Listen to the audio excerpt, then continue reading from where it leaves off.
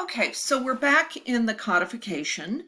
So we've already clicked on the link, put in our password and user ID and password, and accepted that licensing agreement. One thing that I failed to mention before, that licensing agreement is going to come up every single time you sign on. So don't think just because you signed on once and agreed to it, you don't have to agree to it again. You will have to do that every single time you sign on.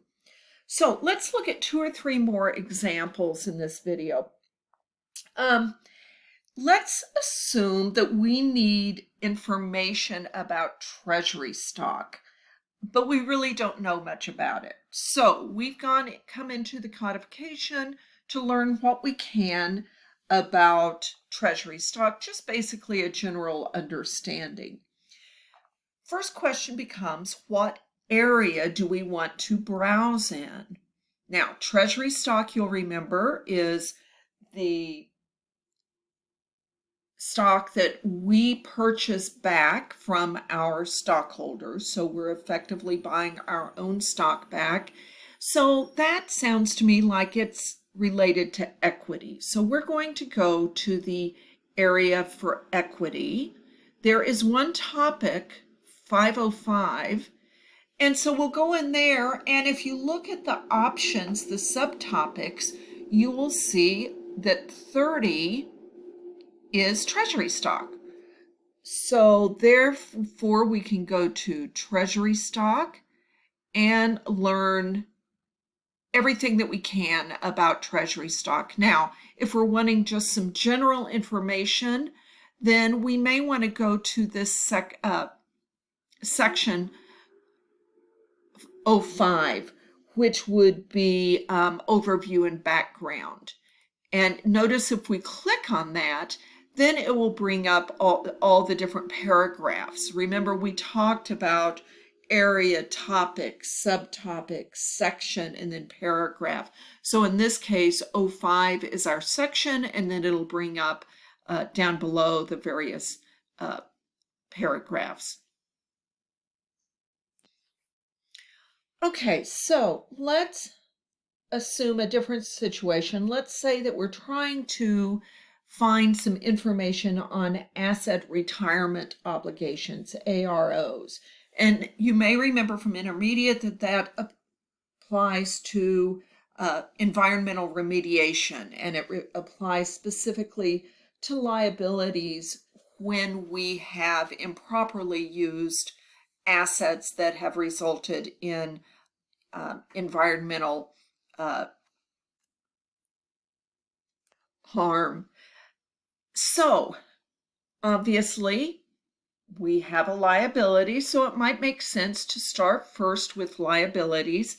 So we'll go to that area, and then you'll notice that there is a topic 410, which is asset retirement and environmental obligations. Now, what we're trying to do is to get some guidance on whether or not it might apply to our particular situation. So we'll go to asset retirement obligation, bring that up, and then if we look at the sections, you'll notice section 15 is scope and scope exceptions.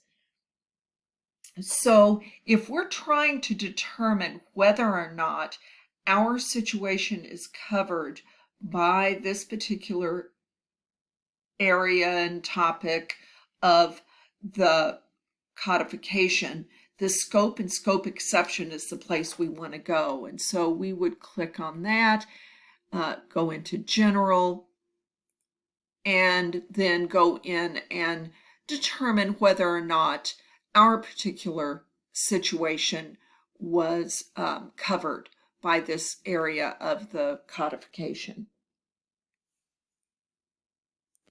Let's look at one more example. Let's say that we're accounting for the sale of a product that has a right of return. So the customer has the right to return it. And we need to determine when we can recognize the revenue from the sale, given the right of return that we're providing. So revenue, well, it seems pretty straightforward. We should go into the revenue area. Again, we are dealing with a contractual right that we're giving our customer. So perhaps topic 606, revenue from contracts with customers. We have one option as a subtopic, that's overall. And so if we go in there, notice the various sections that we have. We're concerned with recognition, so we probably should go to section 25, entitled Recognition, and then we would search in there to determine whether or not we determine when we can recognize the revenue given the contractual rights that we're giving the customer.